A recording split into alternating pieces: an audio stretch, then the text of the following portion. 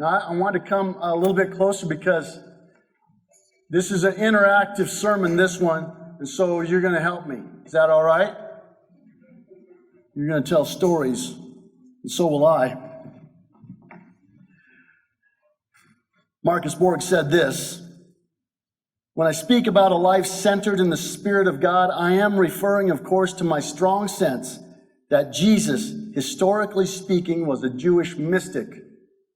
Not a mystic a mystic, very simply, is a person for whom God or the Spirit or the sacred are an experiential reality. Mystics are people who have vivid and typically frequent experiences of the sacred. And very importantly, Jesus invited his followers into a relationship with the same Spirit that he knew in his own experience. At the risk of repeating myself, and to put it as simply as I know how, a life full of God is a life centered in the Spirit of God." That's Marcus Borg. So I wanted to share one of these mystical experiences that are found in the Bible. This is in the Old Testament, in the book of Isaiah. And it says this is familiar to you. "In the year that King Uzziah died, I saw the Lord sitting on a throne, high and lofty, and the hem of his robe filled the temple.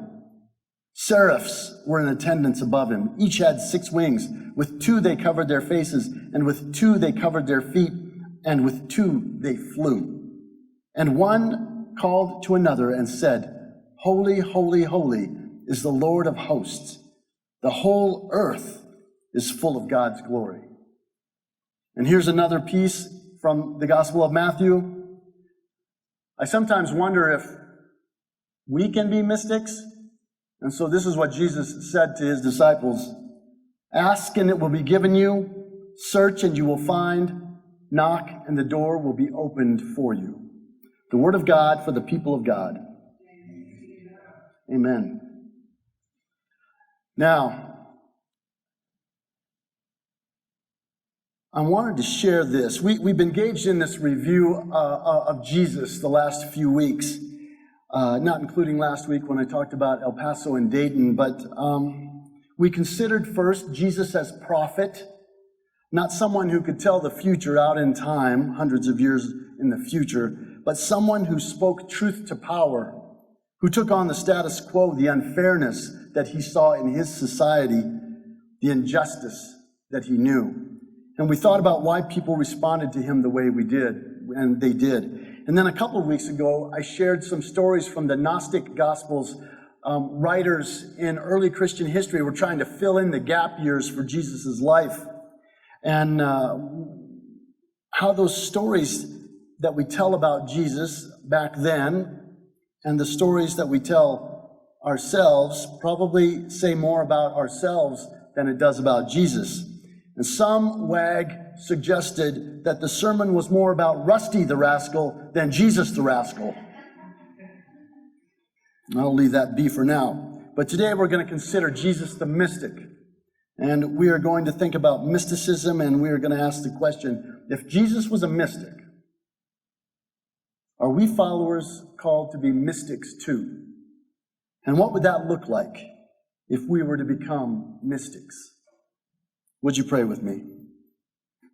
Oh God, may the words of my mouth and the meditations of all our hearts help us travel this road of faith together. Amen. So, in the last book that Marcus Borg wrote before he died, is called Convictions. He shared 3 different mystical experiences that he had had. And the first one was a mystical experience, or an experience that he had when he was in Minnesota. Now, I'm from South Dakota, and so I would go to Minnesota quite often. When we want to go to the big city, we would go to Minneapolis, and we would drive through western Minnesota to go up to Minneapolis, but we would also spend some time in southern Minnesota too. And so this hit me, and so I wanted to share it with you. This is the first of 3 experiences. It happened as I was driving through a sunlit rural Minnesota winter landscape, alone in a 9-year-old MG 2-seater roadster.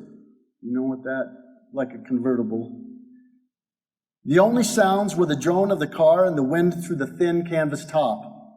I'd been on the road for about 3 hours when I entered a series of S-curves. The light suddenly changed. It became yellowy and golden, and it suffused everything I saw. The snow-covered fields to left and right, the trees bordering the fields, the yellow and black road signs, the highway itself. Everything glowed. Everything looked wondrous. I was amazed. I'd never experienced anything like that before, unless perhaps in very early childhood, and so I no longer remembered that. At the same time, I felt a falling away of the subject-object distinction of ordinary everyday consciousness, that dome of consciousness in which we experience ourselves as in here and the world is out there. I became aware not just intellectually, but experientially of the connectedness of everything. So that's Marcus Borg. I wanted to share this with you. I shared this picture from the Hubble telescope a few weeks ago. And Helen Nix saw it, and then she said, "Would you like a painting of that picture?" And so, Frank, if you'll show the picture, yeah, there it is. That's from the Hubble telescope, and then Helen painted it for me, that picture, and I just thought it was terrific. And so I've got it in my office, but I wanted to show it to you because she did it in a short while. And so thank you so much, Helen, for that. What a great gift. And that picture was put along with this experience that Edgar Mitchell had when he was one of the astronauts that went to the moon on Apollo 14. And this is what he said. "And then on the way home from the moon, looking out the heavens, this insight, which I could now call a transcendent experience, happened. I realized that the molecules of my body had been created or prototyped in an ancient generation of stars, along with the molecules of the spacecraft and my partners and everything else we could see, including the Earth out in front of us. Suddenly it was all very personal. Those were my molecules. It was an experience of connectedness. It was an experience of bliss, of ecstasy, the type of experience that brings to your eyes, you don't know why, tears of joy, not sadness. The experience continued for 3 days. I was working. I had duties to do, but when I was finished with them, I could look out the window again and it would start all over. It was so profound. I realized that the story of ourselves as told by science, our cosmology, our religion, was incomplete and likely flawed. I recognized that the Newtonian idea of separate, independent, discrete things in the universe wasn't a fully accurate description.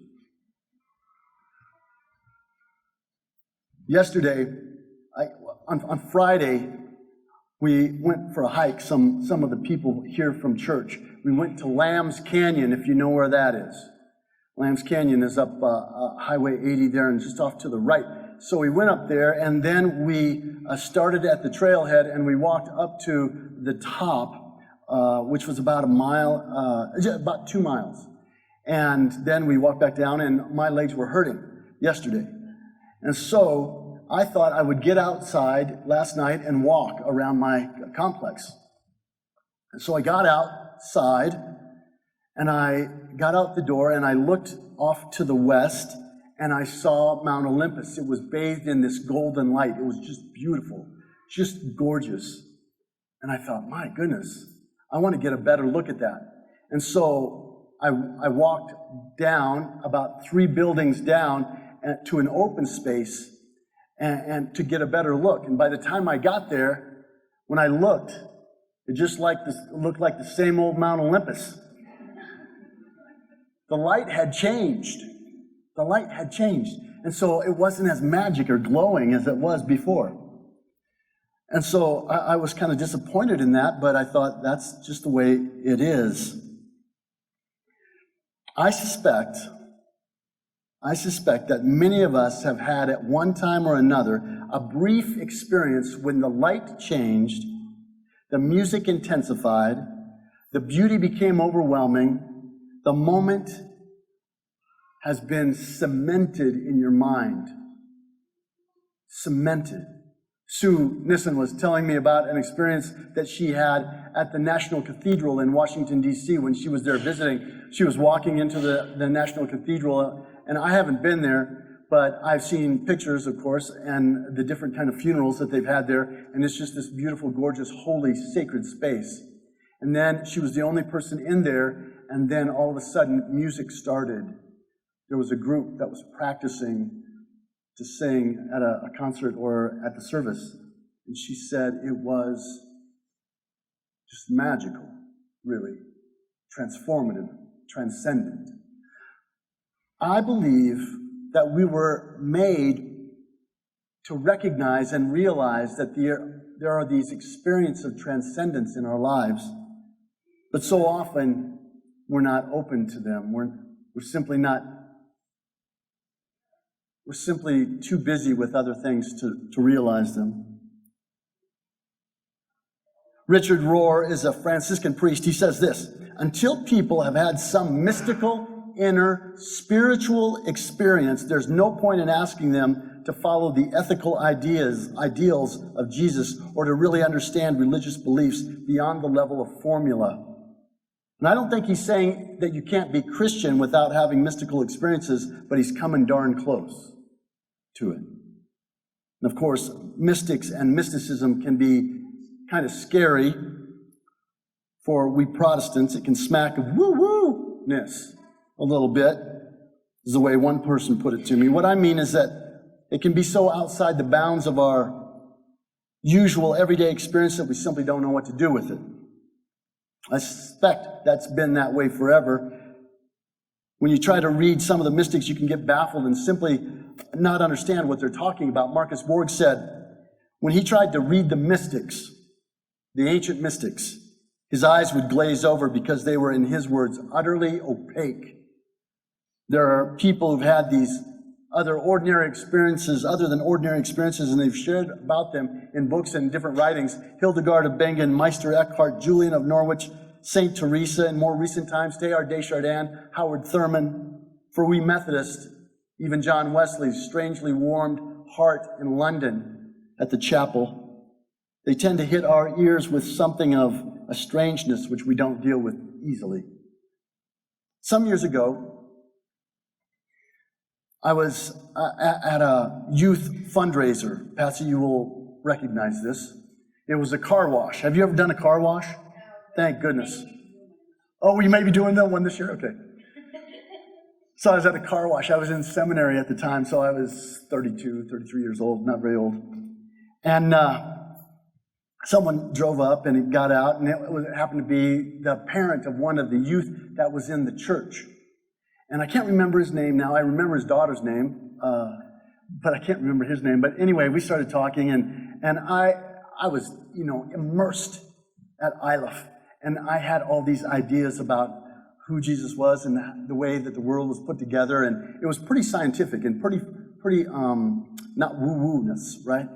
And so we were talking, and the man started telling me about an experience that he had when his father was dying. And he was in the room as his father was dying. It was at his father's house. And in the doorway, he had this vision of an angel or a winged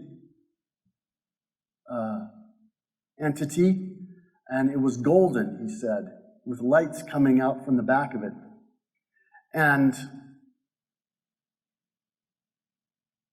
I was trained by my pastoral counselor professor to, when people say something that's completely strange and whacked out to you, you just look at them and then nod and go like this. Mm-hmm. Mm-hmm. And so that is free for you. I had to pay $20,000 for that, but you get it free. So when people come to you and they say something that's so strange outside the bounds of ordinary experience, you just look at them and say, okay. So these mystic experiences, we don't know what to do with them. I don't know if that was a mystic experience, but certainly it was a vision. And what do we do with these reports of these moments of oneness, of union with all, of mystery, of things outside the ordinary? Richard Rohr again, Jesus soon offered the world full and final participation, union with God, union with neighbor, union with creation, union with oneself, even union with the enemy. The net and sweep of participation was total. Given this, it is so sad and strange that we created a Christian religion with many separate denominations. We are too often known for elitism, boundary keeping, shaming, and exclusion. We've not been well practiced in union, yet it was meant to be our art form. If Jesus was a mystic and had these experiences of God, then what are we, and when do we have mystical experiences that are like unto his? Is being a mystic when you have visions? Jesus had several. In his baptism, you'll remember the story in Mark, Jesus came up out of the water, and it says, he saw the vision, he saw the heavens torn apart, and the Spirit descending like a dove on him, and a voice came from heaven. You are my Son, the beloved, with you I am well pleased.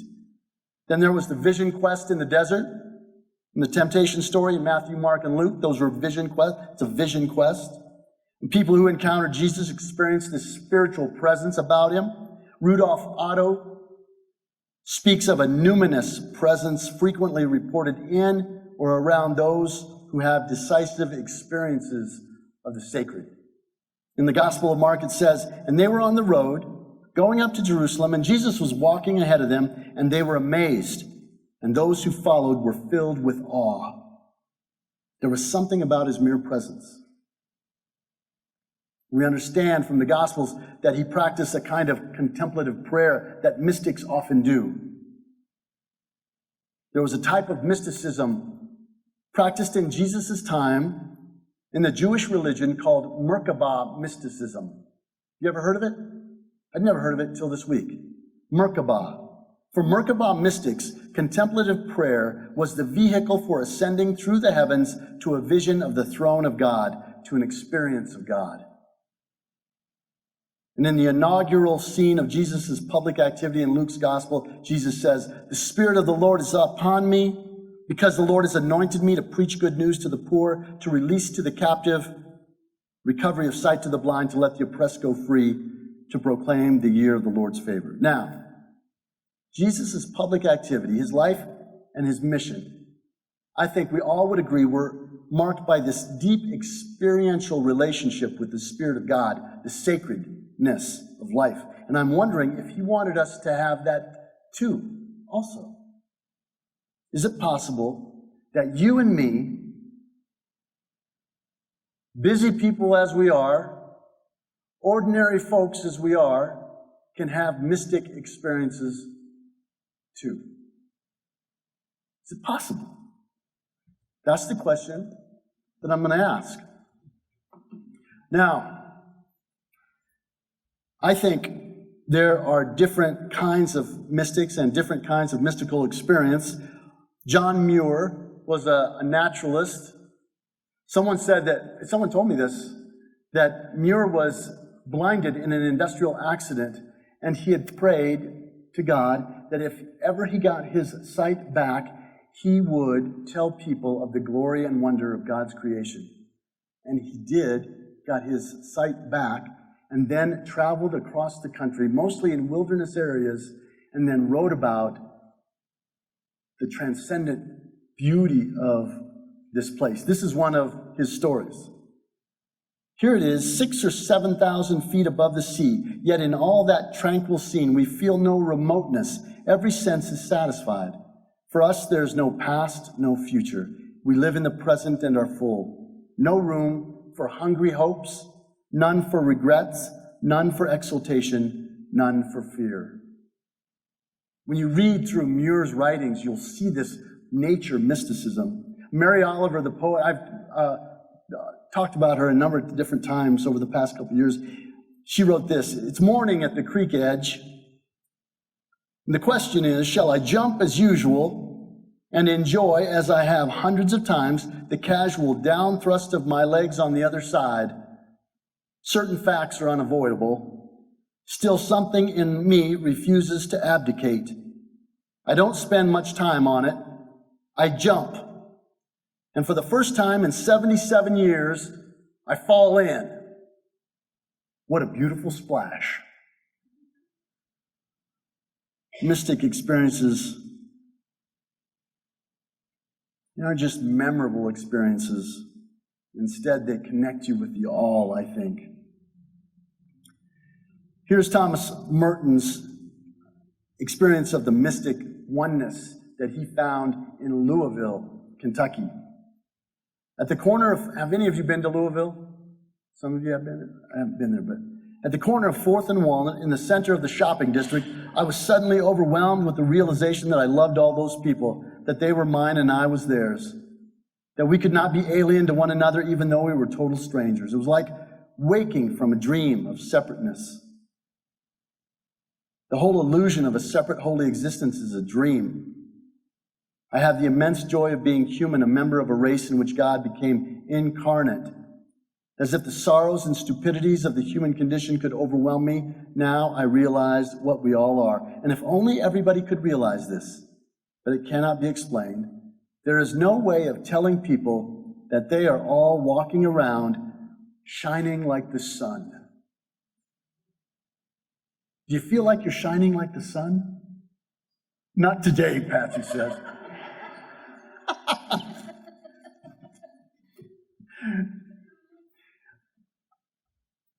I saw that light on Mount Olympus, and as I've been thinking about this story about mysticism and Jesus being a mystic and wanting us to be mystics too, or at least have a sense of the transcendence, of something transcendent in the world, it brought me back to this time when I was 11 or 12 years old. And so I'll share this mystic experience, and then I'll invite you to share your mystic experiences, if you will. Sometimes that's not easy. Because one of the things that William James said about mystic experiences is that they are ineffable. They can't hardly be explained. You can't tell people what you are feeling. It's just impossible to do that. But I was 11 or 12 years old. I was out walking with my father and my brother, who's 1 year older, and my sister, who's 1 year younger. And somehow they were walking ahead of me. We were walking on the hills by the Missouri River outside of Pierre, South Dakota. The grass was pretty high, I remember. And I think this was before I heard the rattlesnake, or maybe it was after. I can't remember now. But there was an old song. Some of you might remember it. It was called Born Free. Do you remember that song? David, you remember it? How does it go? As free as the grass grows, born free to follow your heart. Yeah. And so that was really popular at that point in time. And I knew you would know it. And so that was really popular. So that was going through my head. My family was a little bit ahead of me. The grass was deep, about thigh high, and I was walking. And I stopped for a moment. Instead of catching up to them, I stopped. And the light was golden. Seems to me, as in my memory, that I can remember it was. And that moment, like Natalie Goldberg said last week, has carried me a long way in my life. Mystic experience? I don't know. But it was a moment of transcendence for an 11 or 12-year-old boy that said, this place is something special. Don't forget this.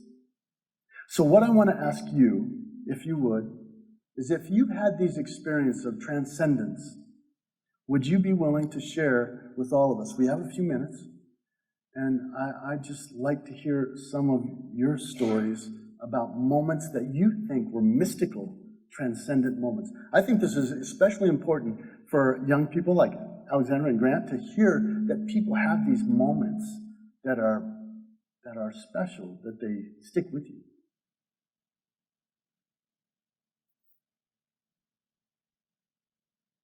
Yeah.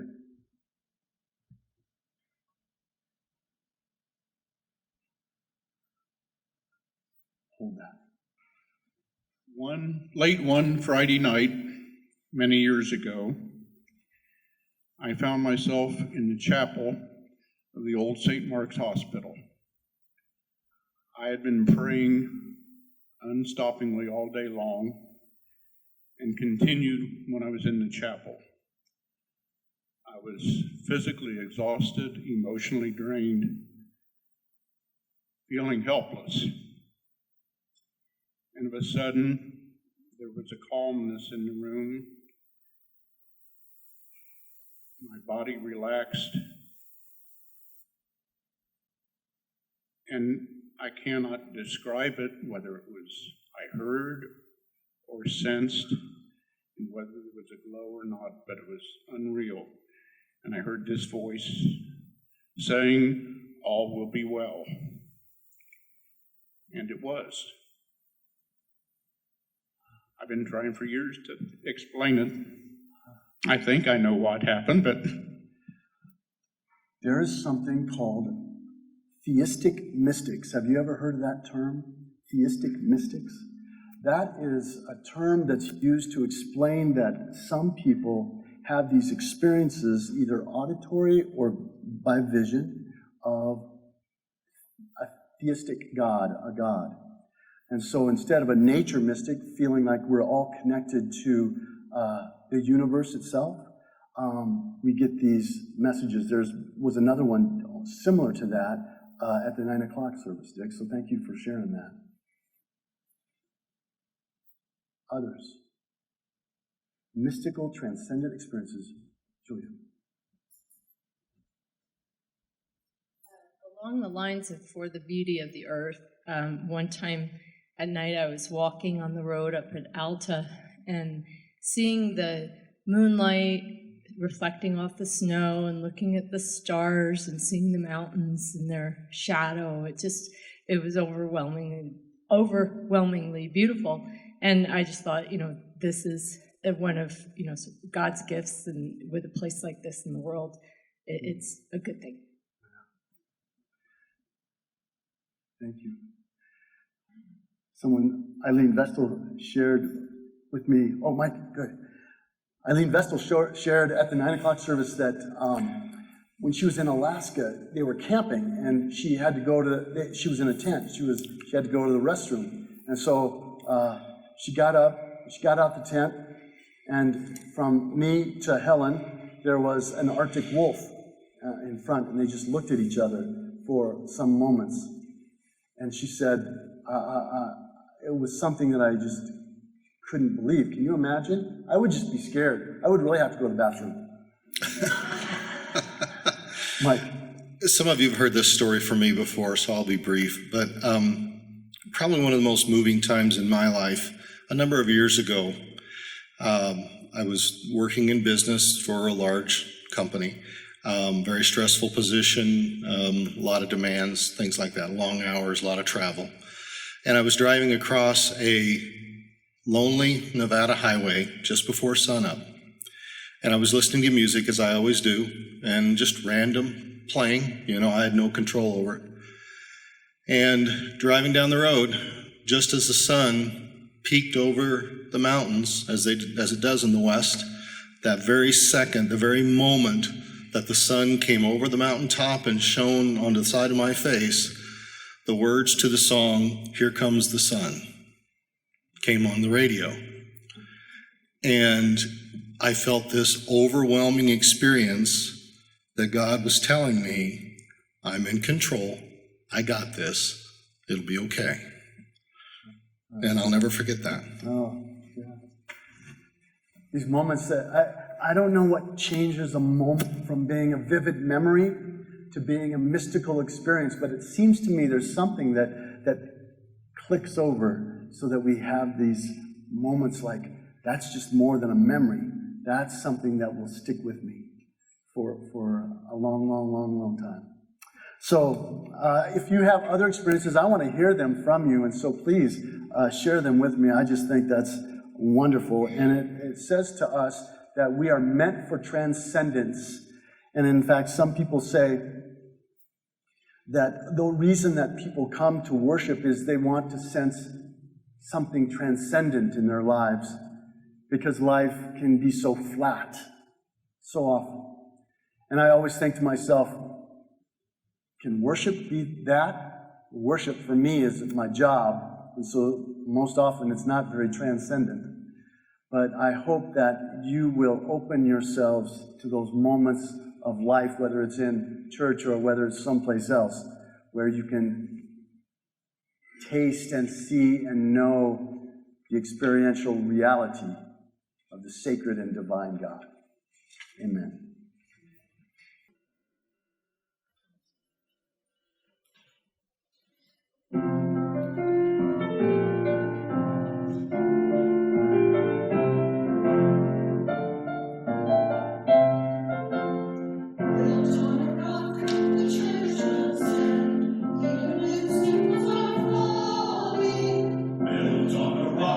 In every